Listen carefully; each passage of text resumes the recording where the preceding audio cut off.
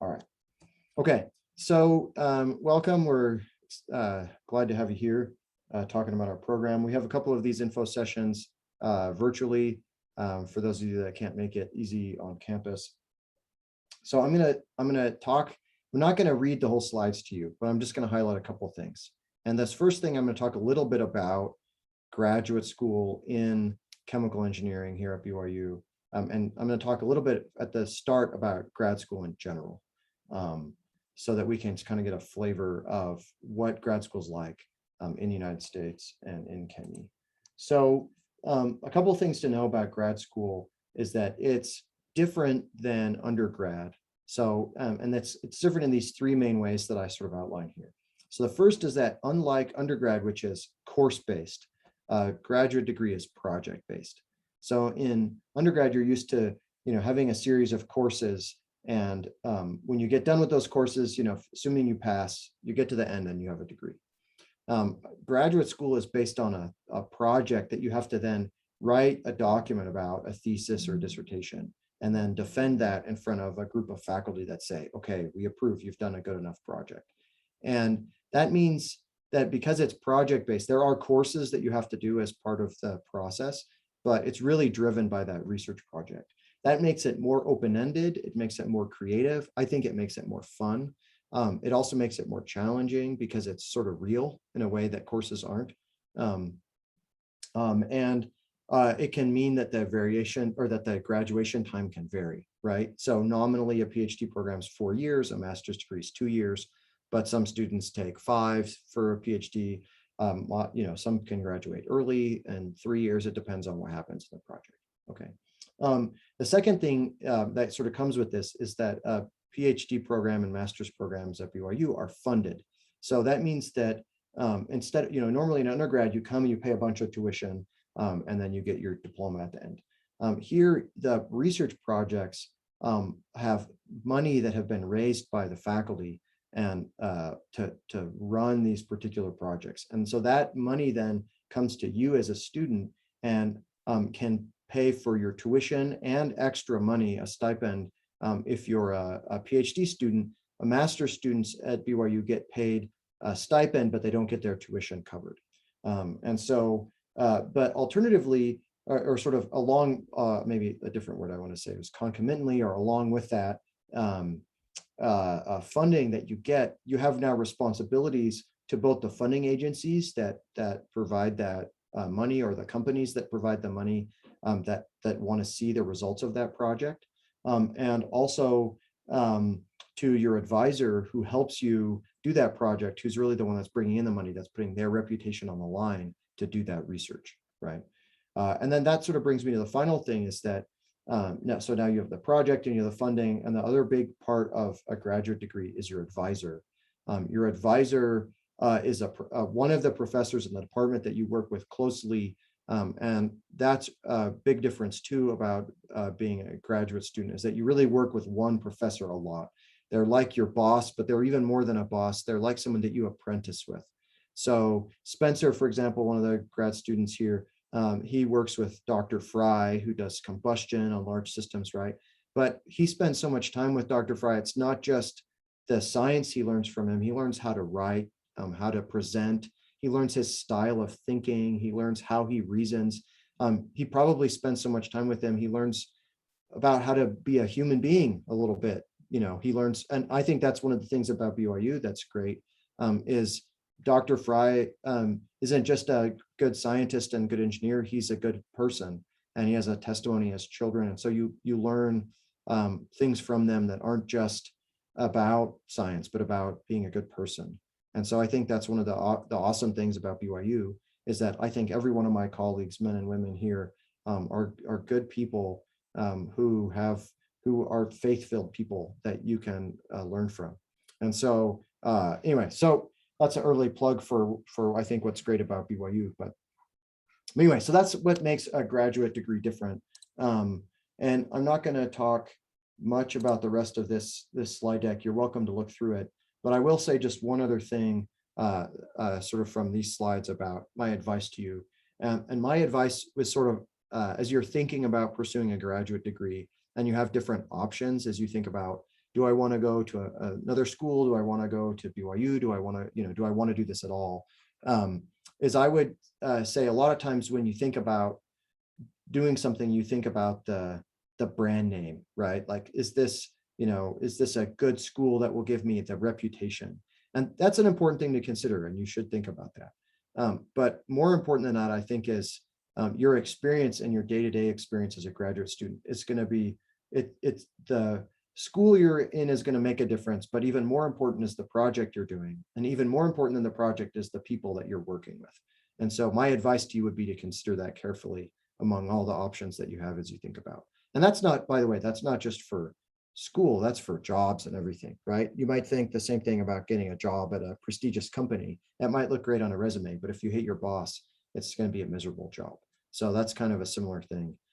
My advice to you would be to consider that. Okay, so that's kind of my spiel about grad school. I'm going to now talk a little bit more specifically about BYU and I think what some of our strengths are. So I'm going to stop sharing this for a moment and pull up my other slide deck, if it'll come up here. And please, as we're going along, if you think of a question, pop it in the chat. We'll do a question and answer here at the end. This will probably only be another 10 minutes of me talking to you. Hopefully, maybe not even that long. So if you're going to sleep, I guess close your eyes and nod off and we'll come back. All right, here we go. Share this other deck.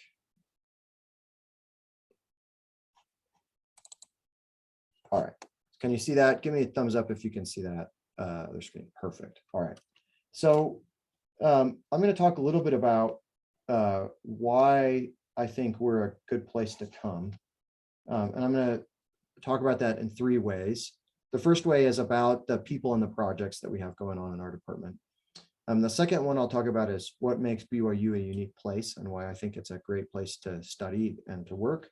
And the last is about Provo and Utah and why I think it's a great place to live and raise a family.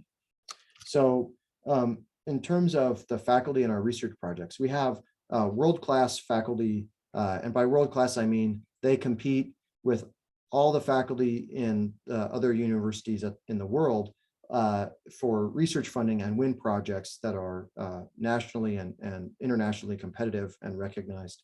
And so we do really top quality research here. And so you can see here, for example, Tom Fletcher, who's currently our department chair. You can see him with a student looking at a flame. They study combustion in their lab. As I often tease Spencer about combustion because it's not my area. He's laughing at me. Every time I say combustion, he grins at me because that's what he does and not what I do. But Tom, for example, is a world-renowned expert in his field. I've been working on this a really long time and super highly respected. And I think what I really like about this picture is it's not just that Tom is well respected and has great research projects, but he works one-on-one with his students. So if you go to a lot of places where they have big research programs, which are great places, I don't mean to belittle them, but a lot of them have large research groups sort of necessarily. And so you might have 20 graduate students in a research group.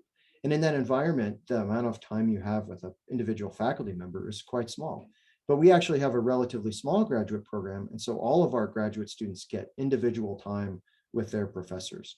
And that means, I think, a higher quality education as a graduate student, because you might think I'm going to go be with famous person X at famous university Y. And then you end up working with a postdoc, someone who's hired to work in that lab, who's been a graduate student. But all of us were the graduate students and postdocs in some of those labs, and we've moved on, and so now you get to work with the faculty themselves directly instead of just with postdocs. So I think that's a real advantage of coming here. And you can see the advantage of what our students, the quality of the education, I think, and the opportunities that our students get. Our students go on to do great things in top companies and national labs as faculty and other places. And so I think that's really a highlight of our program. So I think we're a strong program. In addition, like I was saying earlier, BYU is a unique place. So as I mentioned in the chat, I did my graduate degree at the University of Minnesota, which was great. It was cold, but it was great. If any of you know about Minnesota, it's a chilly place. But I want to kind of compare and contrast BYU with Minnesota to sort of highlight what makes BYU unique. And one of the things that's just really obvious, Minnesota is a state school, so it's funded by the state of Minnesota. And there you go. Catherine says she's from Minnesota. Awesome. So it's funded by the taxpayers and also by tuition and other things in Minnesota. And their mission statement is research, teaching, and outreach and service. Those are the three things they do. And those are the three things every university does. I think I really like how Minnesota says, like, these are the three things we do. BYU also does those three things, but they cast their mission in a different light. Instead of it being on the products of research and teaching and outreach, the product is actually the people, the students. And so their mission is to assist individuals in their quest for perfection and eternal life.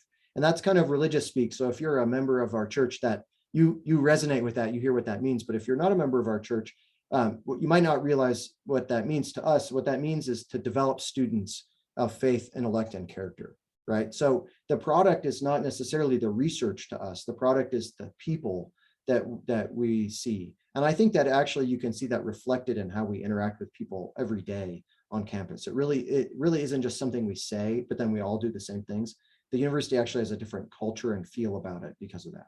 And so, I guess I forgot to mention, so BYU, it's not a state institution. It's actually sponsored by a religious organization, the Church of Jesus Christ of Latter-day Saints, as I've talked to many of you who are members of the church, right, and know this, but so that makes a difference. And one of the things that also comes along with that is that students who come to campus commit to live an honor code. And lots of schools have some kind of honor code that's sometimes followed and sometimes not followed. But at BYU, the students take it quite seriously.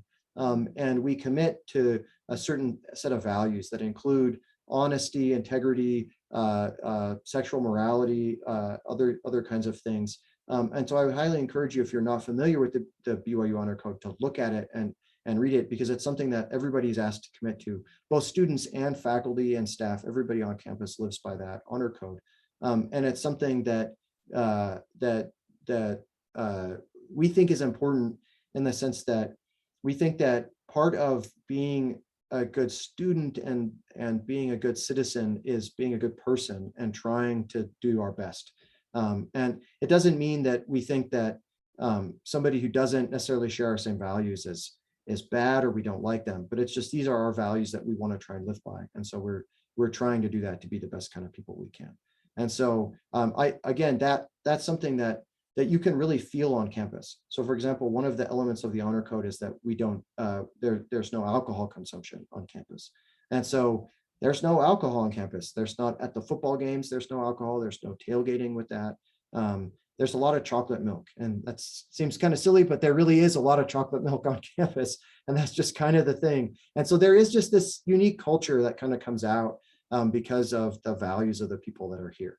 And so if those are values that you share, you resonate with it, and it's really kind of freeing to be in that kind of atmosphere. Because if you're not into the party scene, then the party scene's kind of boring and you'd rather do other stuff. And so that's kind of how BYU is. And so we have lots of people on, oh, please, Rami. Yeah, sorry to interrupt. I guess Please. I remember something that happened recently. I think it was a game in Vegas, and BYU was playing, and people there were kind of shocked. Like, the line for like getting soda was way bigger than any other drink, and the people were really shocked.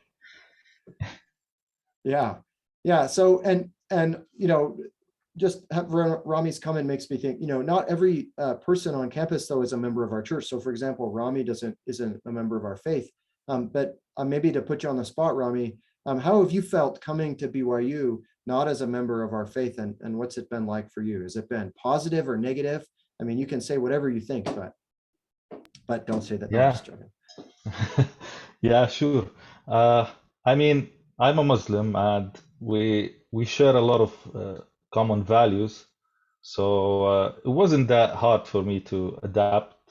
It might be like, it depends on the person, I guess, but for me it was nice. And I guess who hates like honesty and integrity? I guess like it's really nice. I mean, people are nice, people are kind, and like not drinking or the other things are okay with me. Yeah. Yeah, thanks, Rami. I appreciate it. Yeah, I mean, that's been at least my experience, is that the folks who, you know, who that resonates with them, that it's easier for them, and that makes them, enjoy it. All right. So the last thing to talk about, I talked about excellence a little bit, so I'm going to skip over this one. The last thing I'll talk about here is just our unique sort of local culture in our department. I think we have fun. We actually, my graduate students in particular, Pierre and Rami and Chinyu, who are on here, have helped contribute to some department leadership where we're doing more activities and barbecues, and we have a fun family-friendly culture. A lot of our graduate students have families. We have both men and women graduate students who have, yeah, Spencer too. Yeah, please. Spencer's on that committee. Sorry, Spencer. That's why they're here helping, actually, is because I twisted their arm on that committee meeting. But so a lot of our students have families, not all. We probably have, I would guess, about 50-50 split on students with families and not. We have both men and women who have children. So we have a new mother in our new graduate class, which I think is awesome. And I think it's amazing that she can do that. I really respect her for being able to handle the duties of being a mother and a chemie grad student. That's no easy task. But so, and I think we have fun. So you see the students, I think they bought me a birthday cake one year and made me take a picture, or took a picture of me cutting the cake to embarrass me. Anyway, with like 9 chins. So You anyway, poor thing. yeah. Well, you guys ate the cake so fast. I didn't, by the time I cut it, it was gone. So anyway, so I think we have a lot of fun. And I think Provo is a really fun place to be. I said this in the morning session. Provo is not really small. There's, on the Wasatch Front here, there's about 3 million people that live in Utah. So it's actually a pretty big city. It's kind of sprawled, so it's not all like a dense city like a New York. It's sort of a suburban sprawl. But you have all the kind of amenities you'd want in a mid-sized city in the United States, with shopping and sports teams and fun and cultural events to go to. But on the other hand, we have these mountains like right next door, and within 15 minutes, literally within 15 minutes, you can be up a canyon, hiking in the mountains. You can go, there's, I mean, some of the best, most beautiful national parks in the United States are just a couple hours away. So there's a lot of cool things about living in Provo, and it's relatively inexpensive to live. It's not the cheapest place in the United States, but it's certainly not the most expensive. It's sort of middle of the road. So I think Provo is a great place to come be. So that's kind of my pitch on BYU. I'll tell you, just to kind of close, I'll tell you 2 quick things. One about the different research projects we have going on. I'll just highlight, you have these slides so you can look through at the different faculty and their different areas, but we have research in these 6 different areas. Reaction engineering, I sort of lump combustion in with reaction engineering. Maybe if I make combustion people mad, maybe I should call it combustion and then let the reaction engineering catalysis people, like, I don't know, you guys are engineering reactions. They've just run away. They're unstable. So anyway. Okay. That was funny. Spencer's not happy with my arrangement. We have people that do nuclear energy and sustainability. We have probably more than half our department is doing some kind of energy research, either for doing combustion or nuclear or batteries or carbon capture. We have a bunch of people in energy doing a bunch of really cool stuff. And then we have quite a few people that are doing bioengineering. Brad Bundy in our department does a lot of cool stuff there. We have people that are doing materials and thermodynamics to molecular simulations. We're sort of part of that. And we have quite a few people doing simulations of some kind, including process control and machine learning algorithms. And then our stuff, we do a lot of transport kind of stuff. David Lignell does research on turbulence and reacting flows and combustion there. So a lot of fun stuff going on. So if you're interested in any of that, feel free to ask me. I can tell more about what some of the faculty are doing. All right, I'm going to skip this to the end. If we can get there.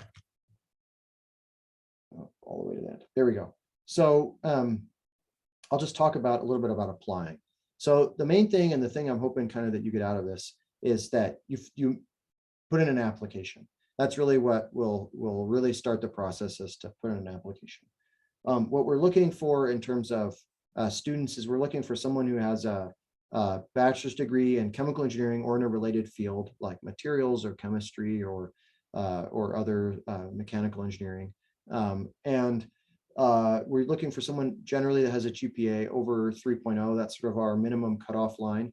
But if you have a master's degree, if you've gone on from a bachelor's, you have a master's and your bachelor's GPA was lower, please still submit something. Even if you're near the cutoff, please submit an application. We can always talk to you. The GRE exam is optional. We switched to an optional GRE over COVID. That means that if you don't take the GRE or you don't submit your scores, it doesn't hurt you. So you're welcome to, if you think it enhances your application. If you got perfect scores on the GRE, go right ahead. We'll happily include that in evaluating you. But if you don't have it, we don't count it against you.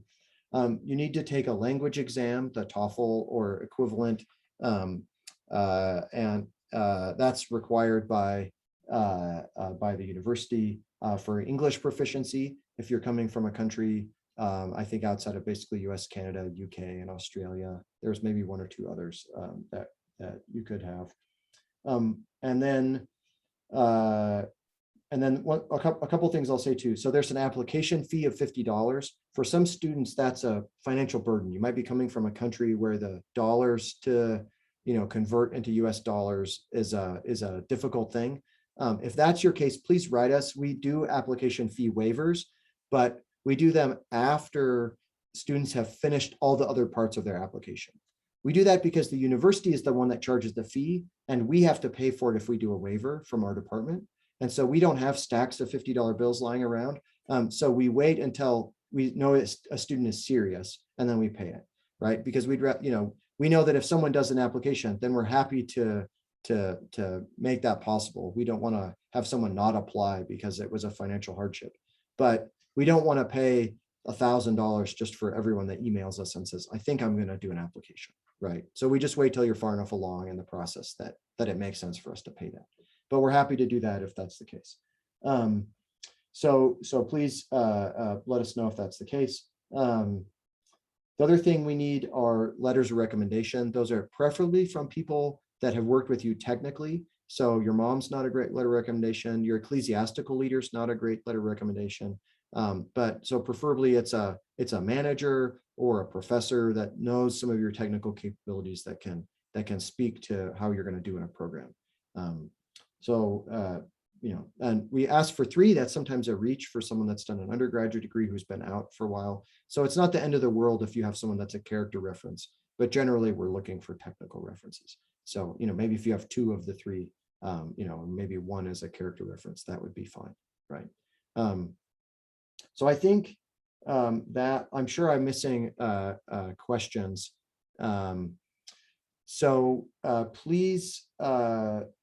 Please ask. So I'll open the floor to questions. You can ask me a question. You can ask the graduate students a question. I'm trying to remember. I asked. There's a series of questions folks have put in the registration form. So if I didn't get to your question, please ask it again. Hopefully I covered most of that. But so I think I'll just stop there and see what you guys have for me.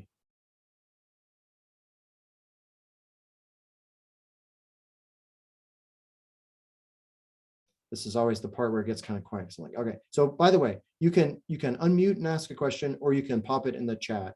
I'll scroll through the chat here and see if anybody. I think we have had some chat going on about the language exams, and then Rami put the deadline for the application, which is 31st of January. That's right. Okay. So Mohammed is asking about the score. What's the minimum score on the writing? It says, I think it says up here, yeah, 21. Oh, bummer, 20. Yeah. So I don't know. I actually don't have any personal experience with the TOEFL. I assume if you get a low score, do you just retake it, Rami? Is that the issue? Is you have to do a little practice and up your score? Yeah, that's usually the case. And I it's something required not by our department, it's for the whole university, I think. That's right. Yeah, so it's really out of our hands, those minimums. So we have a graduate school that sort of surveys all the graduate programs that sets these minimum standards. And the language requirements are, for example, proficiency so that you can function on campus, right? Because everything's in English. We're not even like Europe where like we have like 3 different languages. It's like everything's English. And there's the international students office who can help a bit, but if you can't function in English, it's going to be rough. So I think those minimums are there to help with that. Okay, so Frank asks about the format for the letter of intent. So I think you mean the personal statement. Is that sort of there? Right. So I think that's a pretty free format. Most of the time, what we get in those are descriptions of why you want to come to grad school. They're kind of humble brags, right? Like a lot of times people sneak in like, I did really well on this, and I tell a story, but that makes me look really good, right? So for us, what we're really just trying to get a picture of who you are and what your qualifications are, right? So when we're trying to evaluate you at the end, what we want to see is someone who's academically competent, right? Who can handle the coursework and who's going to be a hard worker. And we're looking for someone who has shown some independence. So sometimes, we'll get someone who seems bright, but then they sort of can't do it on their own. They need the extra structure that comes from undergraduate.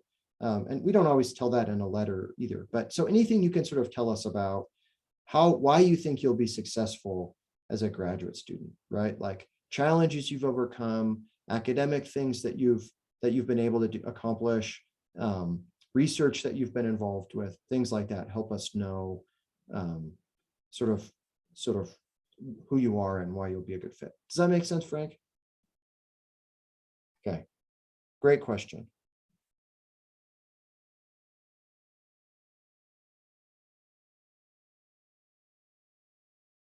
So I'm looking around. So one thing I remember I didn't talk about was, as I see Nahum here, is about if your background is not a chemical engineering degree. So maybe I'll speak to that real quick. So we have several students in our program. Usually we have a couple every year who are not chemical engineering backgrounds. So for example, Chinyu, my student, is from a material science background.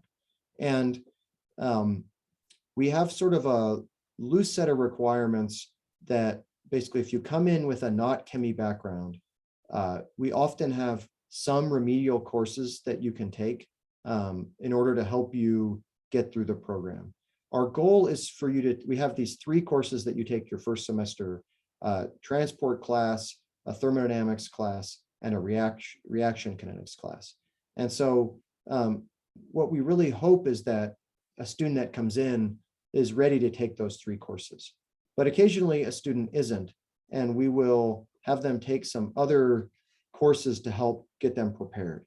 So Chinyu came in and she was a material science and she got thrown to the wolves, and I think just took those 3 classes her first semester. And I think did very, I don't, for I guess reasons that I'm not supposed to share exactly what her grades were, but I know she did really well, right? She did fine. And maybe it was stressful, I don't know. Maybe we just ask her, Chinyu, how was it coming from material science to those 3 courses? Like my personal experience is that I can still handle it to some certain point, but it's like I think everybody knows that like thermal suffers me the most. Like it still suffered for me. So I bet like other than that, I think you should be able to take it if you're from like material science. And plus I did some because I have a master's degree and I did some related courses like during my master's degree. So I'm not sure if my experience applied to everybody else. No, I think that's what N of 1 is better than N0, right? So Yeah. And I but- know like there's other students like she came at the same time as I did. No, like probably like a couple of months before I came. So she started to take some of the undergrad level classes and seems like that helped her a lot. yeah, so I know Spencer took a couple of the undergrad classes. Spencer, why don't you tell us about your experience a little bit with that? Right. Yeah, I took some undergrad classes mainly because I didn't have a Python background, and I'm pretty sure Frank can relate with that. Where I did my undergrad, there wasn't an emphasis on programming really. It was mainly solving by hand, but some of the problems are very difficult to solve by hand. So I'll say the experience that I had has really helped me to prepare for these classes, for the big three, and just having a supporting faculty and also a group of students around me has also helped me to be, to learn where to find information and also to learn how to do research on your own and also solve problems even on your own as well. And so just in a nutshell, I'll say it's been great. Just receiving the support from the department, people that are really interested in your success, and people that really want you to succeed. It's that is what I feel makes BYU very unique. You have people that are really interested in your success as an individual. Thanks, Spencer. Yeah, I think from our program standpoint, we really want students who want to be here and who we think can be successful. And so we're not as much concerned about your particular background as we are in that we think you can be successful, right? And yeah, so I remember Spencer's application. I remember reviewing it and talking about it and just feeling really good about like we'd never had a student from Zimbabwe before, right? And we didn't know what to expect, but we communicated with him and just felt really good about it. And so we've been super happy to have him and excited. Let's see, I think it was Mohammed put a question down here, which I think is a great question. So he asks, it's personal curiosity, but can you tell us about the first year as a PhD student, leaving your country and family and starting to live in a new place? So I think that's an awesome question. Do one of you international students want to talk about that? What it was like to come to the United States and see all the, all the large, big gulps and, how that goes? I can dive into that real fast. Especially, I feel like I have a unique situation here, coming all the way from Africa to the US with a young family. I'll say it was a lot of learning, but the support that I got from even neighbors and friends and colleagues was overwhelming. And even from faculty members, the support that I got moving here, and I felt like I was home already. I felt like I was home away from home. And so one thing that I learned by just coming here is that if you're in a tight situation, never be shy to ask for help, because there are people really that are ready to help. And so just having those people around me really helped me to settle in well and just get ready to be up to speed with my classes and all that. And so it was just I'll say a very good and smooth transition and moving to the US from Africa. Any of the other grad students want to comment on that? I'd like to say something. Please do. I wanted to, you were talking about maybe, well, okay, to address that question, I feel like everyone's experience is going to be different. it depends about your background and all that stuff. But I do think Spencer is absolutely right about people here being obnoxiously nice and always willing to offer a hand. Where I come, Rami and I come from a big city where maybe Rami disagrees with me, but people are very cautious with each other. Whereas here, everyone's like, "Oh, you're in trouble, come sleep over," or something like that. But I do think that this place was very welcoming, even though I wasn't. I'm not a member of the church. I did feel like a stranger here. And this is what I kind of wanted to say something about is, unlike Rami, I think I am much more frustrated by some of the laws in the honor code. But that being said, there's something about the honor code I would always appreciate, which is this integrity. BYU students are unlike any other school I've been at in terms of caring about integrity and caring about, not cheating and being faithful to the mission of science and education. And I think that for me has been such an enlightening process. And that's why I like the honor code personally. Awesome. Thanks so much. I just realized I was still sharing my screen, so now we can look at PR Big. But anyway. Hi, everyone. All right, great. Thanks for that question, Mohammed. Are there other questions that we have?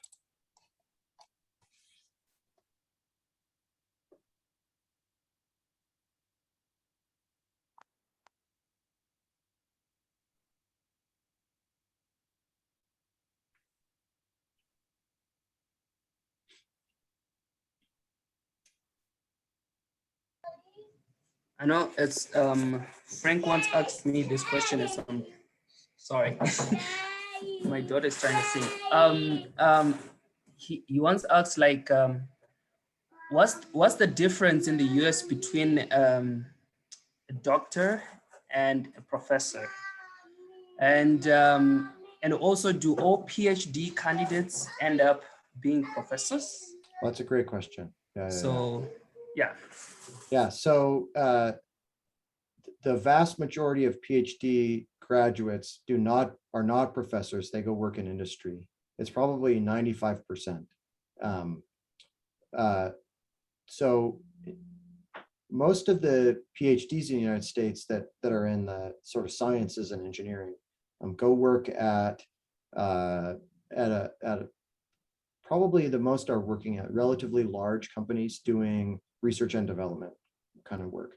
So for example, I'll just tell a couple examples of people that I went to school with. So when I was at UC Santa Barbara, we had a student graduate, and he did a physics PhD actually, but he was doing research with us, and he ended up going to work at NVIDIA, who makes graphic processing units. And now his job is to work writing machine learning packages for Python, so that people that use machine learning can run them on their NVIDIA GPUs and run them super fast, right? And use their GPUs. So that's one student. Another student that I worked with got a job when I was working at in Minnesota. We did work on microfluidics, which is basically where you take silicon chips and you make really small devices for doing chemical reactions and little lab on a chip kind of devices. And he got a job working at Western Digital making hard drives and doing research on how to make the next better hard drive, et cetera. So of the people that I've gone to school with, at least 90% of them end up at a job like that, where they're working at Dow Chemical or ExxonMobil or NVIDIA, or I know people that work on startups in Silicon Valley, all sorts of different things like that. Every once in a while, there's a twisted one like me who really wants to be a professor. And then you usually do a postdoc. So you do a couple more years where you work in a lab. You don't always have to, but faculty jobs are a little more competitive. And so they tend to attract people that want to stay on for a long time and try and prove that they've got what it takes to stick it out and all sorts of weirdness. So anyway, so usually do a postdoc for a couple of years at another lab, and then move on from there. And so so what I say then is, so anybody that gets a PhD, we call them doctor. That's the honorific title. But professor is somebody that's hired as a as a faculty member at a university. So great, thanks, Spencer. That's great question. All right, other questions?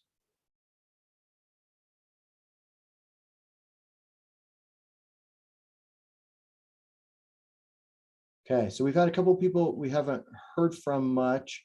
I saw Catherine posted in the chat.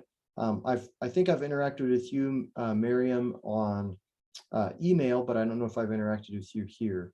So so what I'll do, I'll wait a few more minutes if anybody wants to post any other questions or ask, but I will let the graduate students go and here in a few minutes, and I'll hang out for just another 10 minutes or 5 minutes or so. If there's anybody else that wants to just chat with me personally. If you want to chat with a grad student, I'm happy to also do that. You just say, hey, I want to ask, Chinyu a couple of questions or something, and we can, and not to just pick you out, Chinyu, any of the grad students, if you want to talk to one of them or multiple of them, I can put you in a breakout room and you can just ask them a couple of questions. Yeah, so that's really all the prepared remarks I have. You have the slide deck. If you have any other questions after the meeting, please reach out to me by email. I'm happy to respond, and hopefully we can help you find the answer that you need.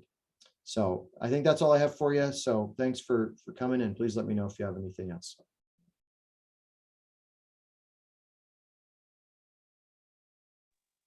Thank you. Yeah, thank you, Nahum. Have a good one.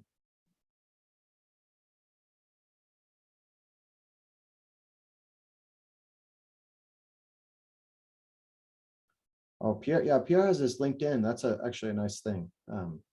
I'm happy to connect. I think I've connected with a number of you on LinkedIn, but I can, I don't know, Rami, you could look up my LinkedIn too and put that on there if you wouldn't mind. I think it's like Doug Tree, LinkedIn/Doug Tree, but happy to connect. Thanks, Spencer.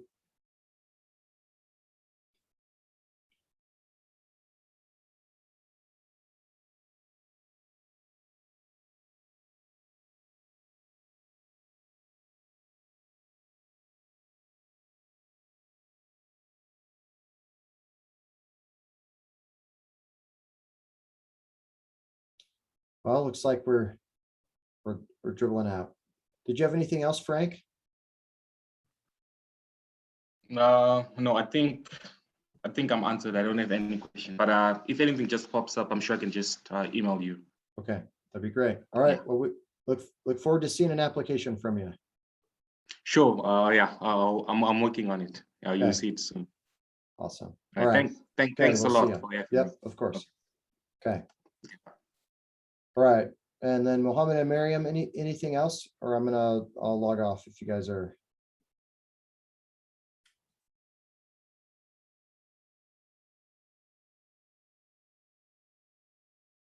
Okay. Yeah, you're welcome. You're welcome, Mohammed. Wish you the best. Okay. All right. I'm gonna log out. We'll see you guys. Thanks you guys for your help. See you.